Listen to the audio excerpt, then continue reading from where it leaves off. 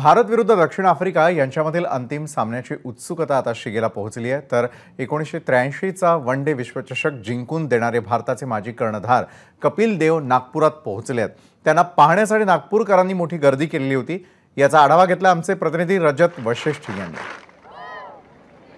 भारतात क्रिकेटची आणि क्रिकेट खेळाडूंची आवड किती जास्त आहे याचा प्रत्यय आज नागपुरात येत आहे।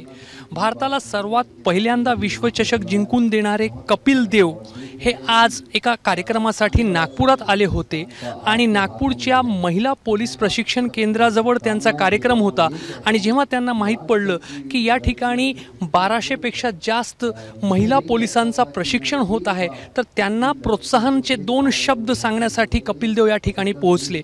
नागपुरात आज झमाझम पाऊस होत आहे आणि पाऊस होत असतानाही कपिल देव यांना आपल्याला पाहता येईल, त्यांच्या प्रोत्साहनाचे 2 शब्द ऐकता येईल। याच्यासाठी भर पावसामध्ये 1200 महिला पोलीस कॉन्स्टेबल्स ज्यांचं प्रशिक्षण सध्या सुरू आहे आणि 4 महिन्यानंतर ते महाराष्ट्र पोलीस दलामध्ये वेगवेगळ्या जिल्ह्यांमध्ये रुजू होणार आहे, त्या 1200 महिला कॉन्स्टेबल्स या ठिकाणी भर पावसामध्ये कपिल देव यांची वाट पाहत उभे होते आणि त्यांच्या प्रोत्साहनांचे 2 शब्द ते ऐकतायत। त्यामुळे नक्कीच कपिल देव सारखा व्यक्तिमत्व जेव्हा आपल्या शहरात येतो, आपल्या ट्रेनिंग सेंटरमध्ये येतो आणि आपल्याला प्रोत्साहनाचे 2 शब्द सांगतो, फार मोठी गोष्ट या महिला पोलीस प्रशिक्षणार्थींसाठी होती। आणि त्यामुळेच भर पावसामध्येही त्यांनी आपली जागा सोडली नाही आणि जगजेता भारताला पहिला विश्वचषक जिंकून देणाऱ्या कपिल देव यांना ते ऐकत आहेत। कॅमेरामॅन अतुल हिरडेसह रजत वशिष्ठ,